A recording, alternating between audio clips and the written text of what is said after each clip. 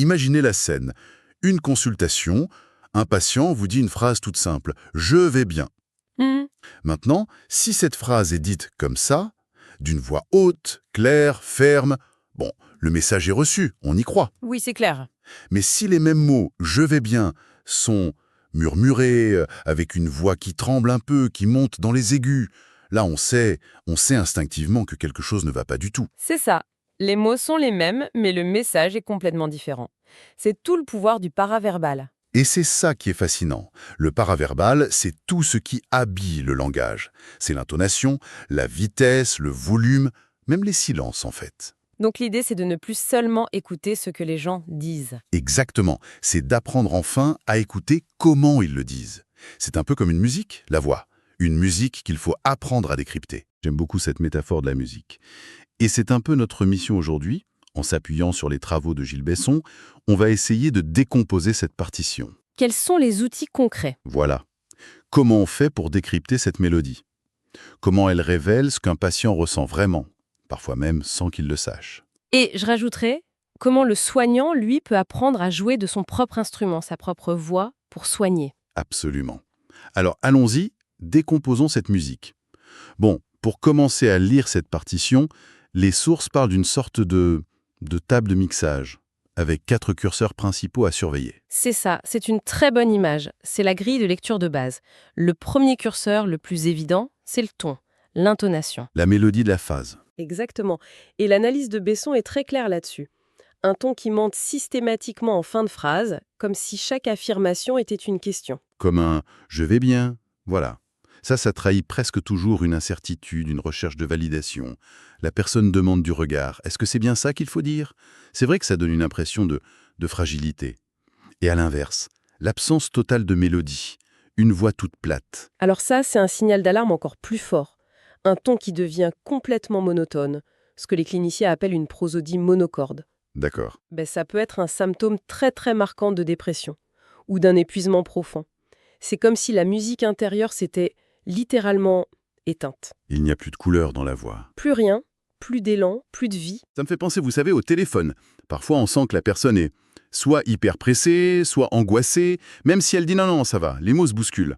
Oui, C'est ça. Le deuxième curseur, le débit. c'est tout à fait ça. Le débit, c'est le tempo. Et comme vous le dites, une accélération soudaine, c'est un indice majeur. Ça cueille de l'enthousiasme, non? Bien sûr, ça peut, mais dans un contexte de soins, très souvent, c'est un pic d'anxiété.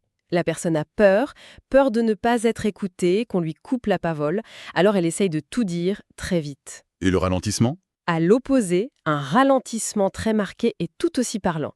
Quand quelqu'un se met à parler très très lentement, en pesant chaque mot. Hmm. Ça peut être une difficulté à organiser sa pensée, mais le plus souvent, c'est le poids d'une tristesse, d'une charge mentale qui alourdit chaque syllabe. D'accord. Le troisième curseur, le volume. On pourrait croire que c'est simple, fort égale colère, bas égale timidité, mais j'imagine que c'est plus subtil. Ah, beaucoup plus. Évidemment, un volume élevé peut signifier la colère, mais ça peut aussi être une stratégie pour occuper l'espèce, s'affirmer, pour dire « écoutez-moi, j'existe ». Une façon de prendre sa place. Exactement. Mais ce qui est fascinant avec le volume, c'est qu'il peut aussi être utilisé de manière inverse. Certaines personnes utilisent un murmure, un volume très bas, pour forcer l'autre à se pencher, à faire un effort. Ah, c'est intéressant ça. C'est contre-intuitif. C'est une dynamique de pouvoir en fait. Ce n'est pas de la timidité, c'est une prise de contrôle. Le vrai murmure, lui, est presque toujours lié à la confidence, à la honte, à la peur. Et le dernier curseur, qui est peut-être le plus physique, le plus incontrôlable, c'est le timbre, la texture même de la voix, sa couleur. Et là, on touche directement à la physiologie de l'émotion. Une voix qui se casse, qui devient rauque, qui s'étrangle. Là, on ne contrôle plus rien. Non, ce n'est plus un choix. C'est le système nerveux autonome qui prend le dessus. Le corps est submergé par une émotion, la tristesse, la peur, même une joie intense, et les cordes vocales n'arrivent plus à vibrer normalement. C'est un indicateur d'authenticité quasi absolue. On peut mentir avec les mots, mais pas avec un sanglot dans la voix. C'est presque impossible de feindre une voix qui se brise. Donc, si je résume, on a cette grille. Ton, débit, volume, timbre. C'est une base solide presque. Trop parfaite. On sait bien que les conversations ne sont jamais aussi lisses. Non, heureusement. J'imagine que le plus révélateur, c'est justement quand la mécanique s'enraye, quand il y a un bug dans la mélodie, quoi. C'est exactement ça. Les moments les plus riches, ce sont souvent ces ruptures de rythme, parce qu'elles signalent un conflit interne, une pensée cachée qui essaye de sortir. Comme le soupir, par exemple. Le soupir, c'est un cas d'école magnifiquement analysé dans les textes. On nous dit qu'un soupir, ce n'est jamais, jamais anodin. C'est une sorte de soupape de sécurité physiologique. Le corps qui relâche une pression, voilà. Le corps relâche une tension émotionnelle trop forte. L'exemple est très parlant. Un patient soupire longuement juste avant de répondre à une question sur son traitement. Sa bouche va peut-être dire oui, oui, je le prends bien. Mais son corps vient de hurler « c'est lourd, c'est difficile, ça me pèse ». Le soupir a dit la vérité avant les mots. C'est un message complet en une seule expiration. C'est fou.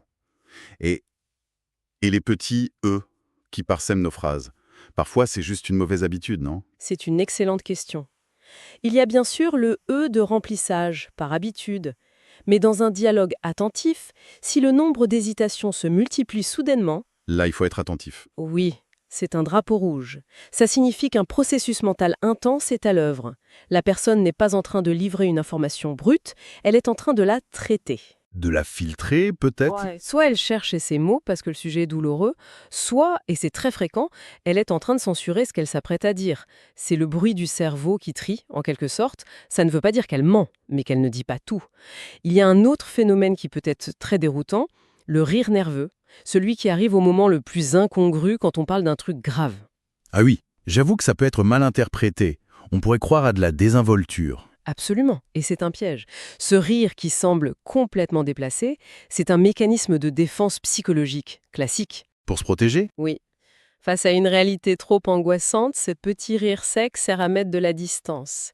C'est une tentative, souvent inconsciente, de désamorcer la charge émotionnelle. Le corps réagit à la tension en produisant une décharge. Le comprendre comme un bouclier, et non comme de l'irrespect, ça change complètement la perception de l'échange. D'accord. Donc jusqu'ici, on a été en mode écoute, on a décodé la musique de l'autre. Mais ça me fait forcément penser à ma propre voix. Si on peut déchiffrer tant de choses, ça veut dire qu'on peut aussi encoder des messages, volontairement. On y vient. Est-ce que les travaux de Besson explorent comment un praticien peut utiliser sa propre voix comme un outil de soin? C'est le point de bascule, et c'est un point absolument central. On passe de l'écoute passive à l'action thérapeutique. C'est ce que la source nomme la prosodie clinique. La prosodie clinique. Oui, l'idée, c'est de jouer avec sa propre voix pour avoir un effet direct sur l'état du patient. On décrit 3 techniques principales. La première, c'est pour rassurer. Comment on fait? Pour ça, on va privilégier un débit lent, régulier, un volume modéré et surtout un ton descendant en fin de phrase. Cette mélodie qui descend, ça ancre, ça pose, ça sécurise. C'est fascinant. C'est presque l'antidote à la voix anxieuse qui, elle, monte en fin de phrase. Exactement. On calme le jeu avec sa propre musique. C'est comme une sorte de berceuse pour adultes. C'est une très belle image, c'est ça? La deuxième technique, c'est un outil d'empathie très puissant, l'isochronie. L'isochronie. Ça consiste à synchroniser de manière subtile son propre débit de parole sur celui du patient. S'il est abattu et parle très lentement, lui répondre avec une voix rapide et enjouée créerait Un fossé. un décalage total. Voilà. En ralentissant sa propre voix pour s'accorder à son rythme, on lui envoie un message non-verbal extrêmement fort qui dit « Je suis avec vous, je respecte votre rythme ». On rejoint l'autre dans son monde, au lieu de vouloir le tirer de force dans le nôtre. C'est très respectueux. Et la dernière technique, c'est un paradoxe. Elle consiste à ne rien dire. C'est le silence stratégique. La source l'appelle joliment le silence paraverbal. Ce n'est pas un silence vide, un silence gêné. C'est une pause délibérée, marquée. Après une information importante, par exemple. Par exemple, après un diagnostic. Ce silence communique le respect. Il offre au patient l'espace et le temps de digérer, de sentir l'émotion monter, de formuler une question. Dans notre monde où tout va sans à l'heure, offrir un silence habité, un silence qui écoute, c'est un acte de soin incroyablement puissant. Si on prend un peu de recul pour assembler toutes les pièces, de l'écoute, des cap-curseurs, à l'analyse des ruptures de rythme, jusqu'à l'usage conscient de sa propre voix. Au fond, quel est le but ultime de toute cette attention? Les sources le résument en 3 objectifs fondamentaux. Le premier, et le plus crucial, c'est de détecter l'incongruence. Le décalage entre les mots et la musique. C'est ça. C'est la règle d'or. Si les mots disent oui, mais que la musique de la voix dit non, c'est toujours la musique qui a raison. Le paraverbal, c'est la voie royale vers l'émotionnel. Il est bien moins filtré par notre cerveau conscient que les mots. C'est un détecteur de vérité émotionnelle, en somme. Parfaitement résumé. Le deuxième objectif est plus dans l'action immédiate. C'est-à-dire, il s'agit d'ajuster sa propre posture en temps réel. L'exemple donné est parfait. On est face à un patient dont le volume augmente, le débit s'accélère, la voix devient dure, les signes de la colère, oui. Notre réflexe primaire serait de monter le ton en retour. La compétence paraverbale, c'est de faire l'exact opposé. Consciemment baisser son propre volume, ralentir son débit, adoucir son intonation. C'est une forme de désescalade vocale. Exactement. Et souvent, ce simple ajustement suffit à désamorcer la tension avant même qu'elle n'explose. On pilote la relation avec sa voix. Et le troisième objectif est peut-être plus large. Il touche à l'essence même du soin. Oui, il vise à humaniser le soin. Une explication médicale, même techniquement parfaite, si elle est débitée d'une voix froide, monocorde, distante. Elle n'aura pas le même impact. Jamais. Jamais le même effet qu'une information partagée, avec une voix chaleureuse, habitée, qui porte l'empathie, celle paraverbale, qui transforme une transaction clinique en une rencontre humaine. C'est ce qui bâtit la confiance, l'alliance thérapeutique, bien plus sûrement que tous les protocoles du monde. C'est ce qui fait qu'on se sent entendu et pas seulement écouté. Accueilli dans sa totalité. Ouais. Pour conclure, si on revient à notre image du début, tout se résume un peu à ça. La voix est un instrument de musique. Et une consultation ou n'importe quelle discussion importante, c'est un duo. Tout l'enjeu, c'est d'apprendre à écouter finement la mélodie de l'autre, avec ses harmonies, ses dissonances, mais aussi d'apprendre à accorder son propre instrument pour jouer la partition la plus juste. C'est une très belle synthèse. Prêtez l'oreille au craquement, au soupir, au silence. C'est là, nous disent ces travaux, que se trouve bien souvent la vérité de l'autre. Absolument. Et pour terminer, la source nous laisse avec une invitation, une sorte de petite expérience à tenter.